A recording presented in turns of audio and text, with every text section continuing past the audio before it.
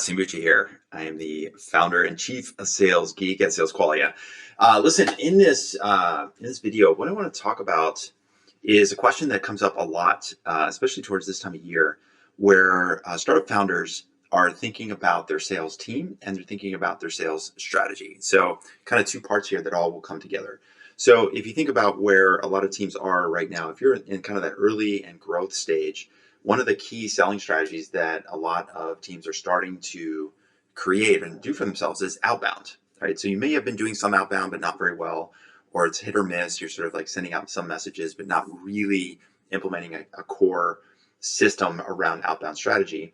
So that's a system and that's a strategy that is something that you can use to fill your sales funnel. So if you're looking ahead to the next, coming weeks, months, years with your startup, you know that outbound, if done right, can be a great way to fill the funnel with qualified leads. Now, the second part of that is team and hiring. It's like, okay, if I'm going to do outbound, who's going to do the outbound, right? Because I'm like company founder, or I might have a couple of people on my team that are capable of running outbound, but I've also got them doing customer success, or I've also got them doing sales, or I've also got them doing marketing. And so, like, do I hire somebody just to be an SDR and run that outbound strategy? Or maybe I consider outsourcing and I hire an entire team or company that's going to run my outbound strategy for me. And so the question a lot of times is like, do I hire? Do I do it in-house? Or the question is, do I do it in-house, whether that's me or somebody on my team, or do I hire? And so I think the right answer to this is both. So what I'm going to do here is kind of explain this to you from a timeline standpoint. I'm going to draw my iPad, which means I need my glasses here. So here we are. So what I want you to do is think about this in terms of a timeline. And from the timeline that I want you to think about is we can go anywhere from, say, 9 to 12 months. So this is the total timeline you want to be thinking about, from where you are now to the place where you have an outbound strategy that's working and you've got an SDR team that is running that outbound for you every single day. Like, that's the beautiful nirvana moment, 12 months from now, right? And so the proper way to actually think about this, I like to think of it as more like a box. And inside that box, we want to just draw a simple triangle. It looks something like this. And it's just a model, so just a way to kind of express how you might think about this decision of in-house versus out of house or hiring, right? And so the first thing you want to do, I've got some notes here that I want to make sure I don't miss anything for you. The first thing you want to do is kind of divide up this box, and there's kind of three parts to this, and you can think of it as in, out, in, right? So in, out, in. And what I mean by that, the in means that this is the first part of your setting up your outbound strategy, like really building out a sequence and a system that you know is working. The second part, and that's you owning that process, and I'm going to explain a lot more about that in a few minutes. Then the second part of this could be where you outsource it or hire, and then the third part is where you bring it back in-house. And so we really want to take these 9 to 12 months and divide it into three parts. So the first, kind of just to keep it simple, we'll keep it into roughly three parts. So the first part that you want to think about is roughly the first 3 months. And specifically, I like to think in terms of 6-week sprints. So 6 weeks, should do this, 6 weeks and 6 weeks. So you've got these two 6-week periods where you are running outbound on your own. Now, whether it's you, the company founder, or you've got some people on the team, somebody that does marketing, somebody who does customer success that's helping you out on that side of things. The first two parts, these first two 6-week periods, are designed as an opportunity for you to actually build the first version of your sequence. And the reason this is so important is because if you've not really built an outbound strategy that works, maybe you've done batch and blast, maybe you've done some outbound emailing, but not really as part of like a core strategy around how to fill the funnel, there's a couple of really important parts, these core elements that have to go into an outbound strategy, whether you're going to do this on your own or you're going to outsource it. So even if you're going to hire somebody to do the outbound strategy for you, you still have to identify and implement these 5 core elements. And these 5 core elements are, number 1 is market, Number 2 is your message. Number 3 is your medium. And I'm going to explain all these in just a minute. Number 4 is your mode. And number 5 are your metrics. Right? And so this first 6-week period or 6-week sprint is really about dialing in this part of your sales outbound strategy. And so a way to think about this in these 5 areas, I'm going to describe this in more detail right now. So think of it as, your basic triangle, and the triangle actually turns into a bit of a funnel because at the bottom is where you want qualified leads, right? So these 5 parts, we can go, okay, we have market, we have our message, we have our medium, our mode, and of course our metrics, right? And so let me describe each of those. So the market means like, who are you actually going after, right? Because a lot of times, if you're an early enough stage company, you may not still really have clarity on who is your ideal customer profile. You might think to yourself like I could sell to healthcare systems, and I could sell to banks, and I could sell to telecommunications companies. So like we want to go out and sell to all of those markets. Well, yeah, down the road you can. But the problem is if you try to sell to everyone, you end up selling to no one. And so if you do this the wrong way, if you don't pick a market or you try to pick too many markets at one time, you become a spray and pray.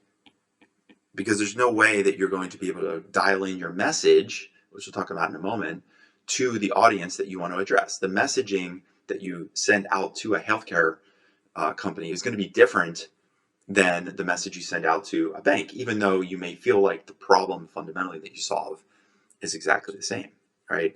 And so that leads us to the reason why if you don't have the market done, if you don't have the market picked and isolated and focused, then your message is just going to be template. It's going to feel template to you, and it's going to feel template to the person you're sending that to, or the people that you're spraying and praying to, or batching and blast to, right? The medium means like, where are we sending these messages, right? Is it LinkedIn? Is it email? Is it phone? Is it text? Is it online event? Right? So if you don't have the market dialed in, you don't know what your message is, then a lot of times what people end up doing is just sending emails, and it's just like send. And we've all seen those really crappy 4 email sequences or 8 email sequences, because that's the only medium that people have available to them, because they haven't really researched where their market is hanging out and spending time, and where the best place is to actually go find prospects that are willing to engage with you, right? The third area is your mode, meaning that what's the frequency, or how many touches does it take to actually get an engagement? And if you haven't really dialed this in on your own, if you haven't built this out on your own, what ends up happening is that it becomes endless. Your touches or your messaging that you're sending out just becomes endless. I always think about this as being like the number pi, right? There's an endless number of digits for pi, right? It's like the mode, the frequency, or how many touches. It's like, we don't know, because we just keep hitting send because we're not getting enough responses, because the template isn't very good and the message isn't very good, because we haven't dialed in our market. And at the end, if you don't do any of those things, you end up at the bottom with what I just call the black hole, right? You get this black hole at the bottom where really you don't even know where or why you're getting meetings. Maybe you get some meetings, maybe you get some demos booked, maybe you get a few conversations going, but ultimately you don't have metrics as to why or how that's working. So really you're just relying on is hope, okay?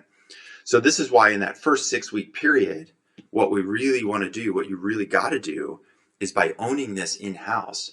Again, you're going to have to do this whether you outsource to someone or not. If you've never done outbound, you've never built an outbound strategy the right way that's working, if you hire an outsourced company to do it, you're going to have to do this work with them, because they're going to ask you these questions. Who is the market you're going after? What kind of messaging are you trying? What's your value proposition? Where does your market spend a lot of time? Do they spend a lot of time on LinkedIn? Do they spend a lot of time in email inboxes? Are you able to get them on the phone? They're going to want to get some kind of data. And if they don't have any data as to how frequently the touches need to be, they're going to have to be experimenting, which is going to take a ton of time. And then you're not going to have any metrics to give to them to know if the work that they're doing for you is successful or not. So again, like regardless of whether you do this on your own, with your own team, with yourself as a startup founder, or you're outsourcing, you got to do this first 4 to 6 week area of work to get the outbound system up and running. So if you do this the right way, like everything on the left hand side is red because it's bad.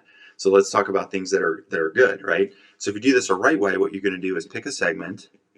You're going to identify your target companies. And then from there, you're going to be able to identify your buyer types. Because if you're selling to the enterprise, when you sell to the enterprise, you know, and I know, and everyone knows, there's more than one person that you're selling to, right? There's, whatever data you look at, I think the last data I saw, there's like 6.8 buyers involved with every enterprise decision, right? So you have to be able to identify what's our segment, who are our target companies, and who are the people at those companies that we need to be reaching out to in order to get some engagement, right? So that means that from a messaging standpoint, instead of it being templated, then it allows you to be more value driven. It's a value driven message. It's focused on their problems. It's a problem based message. Hey, when we work with teams like yours, when we work with companies like you, we know that many of them struggle with this problem. If this is you, let me know. As opposed to, here's a template, batch and blast, click here to book a demo, right? You can only massage that message and really dial in the value-based messaging and the problem-based messaging if you pick in a segment, know your target companies, and know those buyers, right? Then the third is then the medium. So again, this all filters down because then it's going to probably be a combination of email plus LinkedIn plus phone, right? Maybe some groups, Slack groups that are professional Slack groups that are out there, Facebook groups that are professional groups, LinkedIn groups, right? Again, you're going to know those things as opposed to not knowing those things and being stuck with only hitting send, right? Now, if you've done those 3 things the right way, then it allows your cadence. When you think about outbound strategy, people talk about your cadence or how many touches does it take to be short and efficient, right? So if you look at some data from companies like Outreach.io or SalesLoft, a lot of the data supports that there's this sort of binomial, which is the number of touches to get that should be time on the x-axis, and here is number of touches. And what that means is like how many touches, what's the mode, how many messages do I have to send to a prospect for them to reply or for them to book a meeting? And the binomial basically says like usually you'll see a pop. If you do it the right way, you should see people replying back to you in anywhere from like 3 to 7 messages. But if you don't get a reply back from that lead in 3 to 7 messages, you almost have to like push all the way out to where you're doing 15 to 18 to 20 messages, right?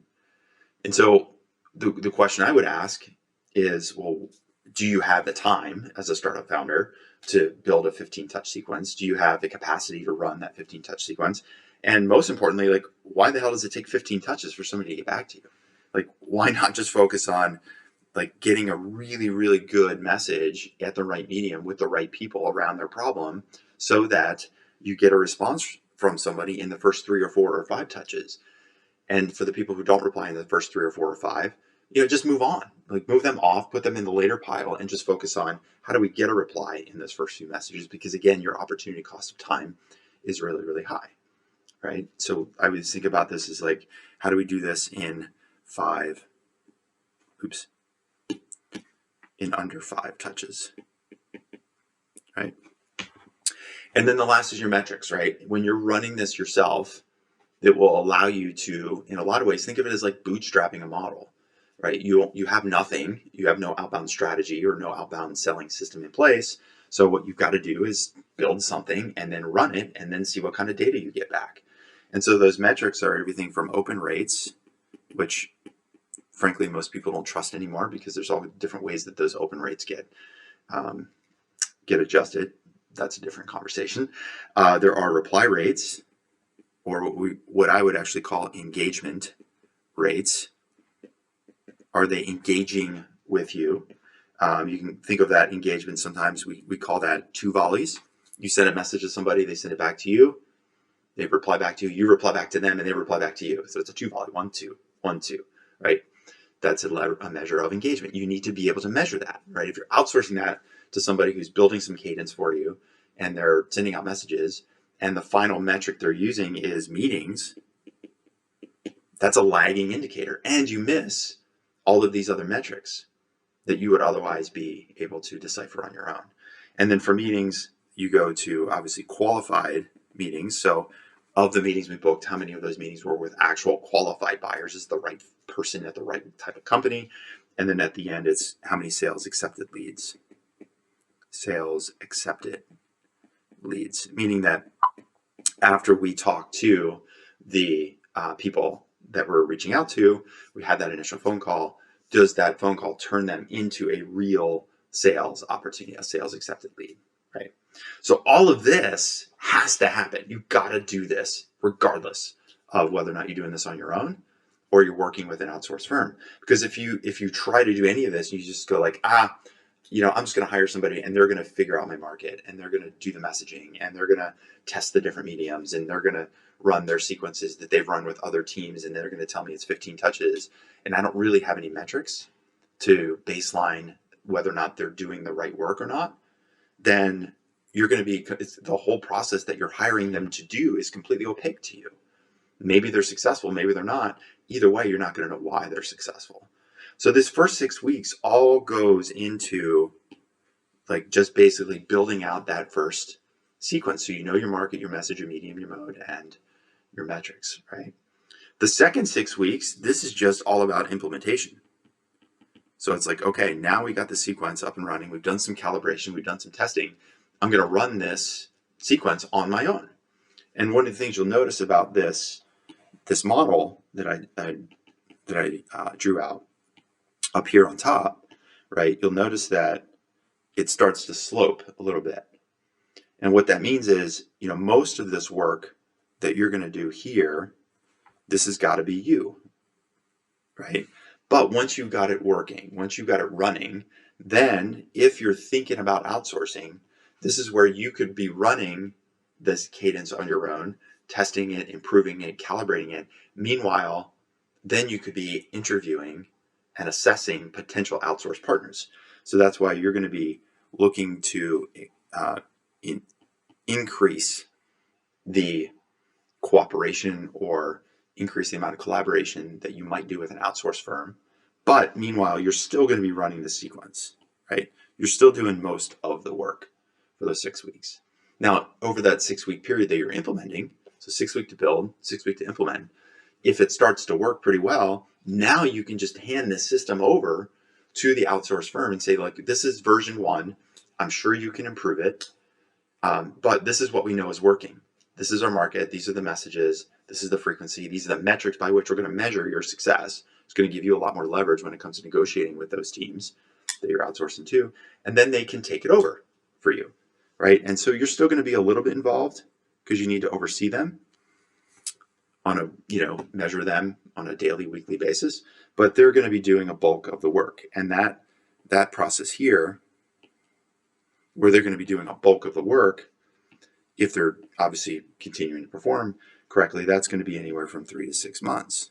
Because now that you have the system working and now you're booking qualified leads and now you're getting sales accepted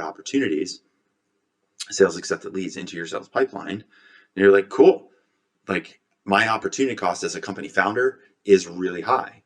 I didn't have any meetings. I had no meetings back here. Now I'm starting to get meetings. And now I need to focus my time on those meetings. And because we have a system that's working, that's booking more meetings, I, as a founder, can just focus on running those meetings, and the outsourced team can just focus on booking those meetings for me. And we have some metrics in place to know reliably how many meetings per week that team should be booking for me, and I can just focus in on knocking down those meetings that are getting established for me, right? Now you run that for 3 to 6 months, and what should naturally happen? Well, if that outsourced firm is booking meetings for you and you're running those meetings and those sales move into your sales pipeline and those deals start to convert, what ends up happening? Well, you get money. And when you get money, you can grow, right? 2 ways you can grow. You can use the increased revenue as a way to leverage your team. So, hey, we're making more money. Therefore, now we can hire and we can bring this back in-house with an SDR. And you can use that revenue as leverage with investors. Like, hey, we've been growing the company for the last 6 months.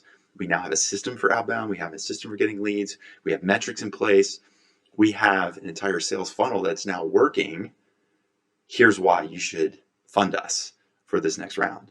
Because it's not just about we have top line revenue growth, but more importantly, we're able to support that top line revenue growth with the systems in place. So if you give me money, I can hire 3 SDRs and we triple the rate of meetings and we triple the rate of our conversions, right? We triple our revenue, right?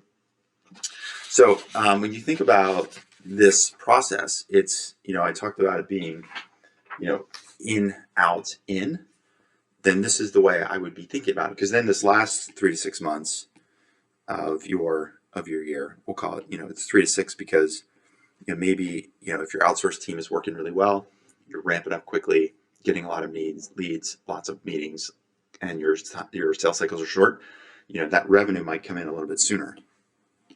And the sooner you get the revenue, the sooner you might be able to pull that back in-house because you really want to own this process, right?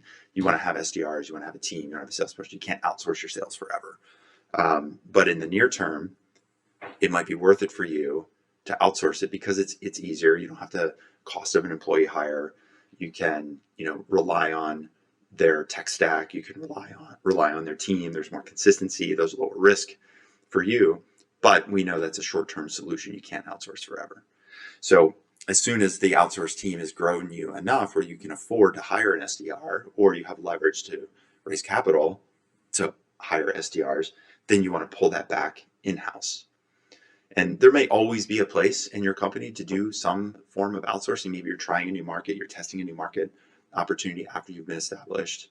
Maybe it's different geographies, something like that. But for the most part, you want to start off this process, these first 3 months. It's like 6 weeks to build, 6 weeks to implement. So you know that you have this working system in place. Once you have the working system, it's easy to hand it over because now you can measure success.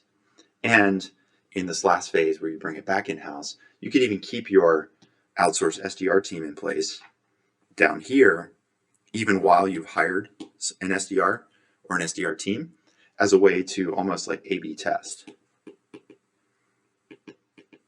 Maybe your outsourced team is one that you use to try new things. Or maybe with a new person that you hired, because you've got all these metrics in place, the new person may not be working out as well as the outsourced team. And so you want to be able to compare apples to apples. Maybe the outsourced team was successful earlier in the year because the buying cycles were different. And maybe now the buying cycles have tightened up. It's harder for your own in-house team to book meetings, not because they're not effective, but maybe the buyer mindset has changed throughout the course of the year. So by keeping some outsourced team in place, you can A/B test just to see if there's a difference there. So that's the way I'd be thinking about it. This is what we tell our clients every single day. This is what we teach to folks. Obviously, any clients that are seeing this, this is what we do every day is we help you build these outbound systems and outbound strategies through the coaching calls we have. And then, of course, as you're ready to hire, we help you with the hiring systems that we have in place to help you find and source and assess and onboard those salespeople. But if you're not a client and you're watching this, then this is at least a framework that you should be using to think through. It's not an either or, right? If you're just spinning up your outbound strategy, you're just trying to get this up and running, you've got a fixed cost of work up front to do all of these things that I just described. So whether you outsource or not, you've got to do this work. And so by doing it on your own, it's actually going to speed you up because the feedback cycles, when you're running it on your own, when you're building it on your own, those feedback cycles are going to be really, really short, right? They're almost daily and intraday, right? As I'm, building out a new message or trying and testing something on LinkedIn, I can send 20 LinkedIn messages in the morning. And by the afternoon or the evening, I'm going to know whether or not I got replies to any of those 20. So you get these really nice, tight, almost continuous feedback loops when you do it on your own. Right? Which is so critical. Because if you outsource it out of the gate, you don't even know maybe till the end of the week when they give you the end of the week report. Now, of course, some outsourced teams are going to, oh, we give you a daily report, but you're still not the one that's pushing, you're not typing it, you're not sending it. You don't really know what's happening there. This idea of the two volley, like you get the reply, let's think about you send out a message, you get a reply back. There's nuance to the message that only you, through your founder eyes, you can see that nuance in ways that other people can't see it. And so if you could just completely outsource that to somebody, you might you might have the opportunity blown. You actually got the engagement you're looking for as a result of the outbound email that you send. But if the reply to the reply isn't right, then the opportunity is lost. It's like you did all that work to get somebody to reply to you, and after that, something went wrong.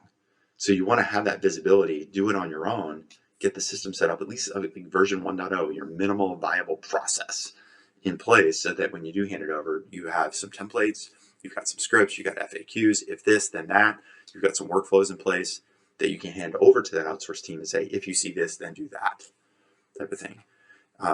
So that's one of the huge advantages for doing it on your own. All right, that is it. It's a big question. It's a question I've gotten 3 times this week from different company founders, 2 clients, and one company we've been talking with for a couple months. And I know it's just like one of those questions that is existential for a lot of teams right now. It's like thinking about the next year. 1, you want to spin up an outbound strategy that maybe you haven't done effectively before. And 2, it's the question of like, who does the work? Do I hire? When do I hire? How do I hire? When? Like, what am I? Is it outsourced, insourced, whatever that is? So those are my thoughts. If you got any questions, let me know. Happy to help as always. And if you're a client watching this, then you can of course just hop onto one of our coaching calls, and we'll work on either your outbound strategy or your hiring or anything else you're working on. All right.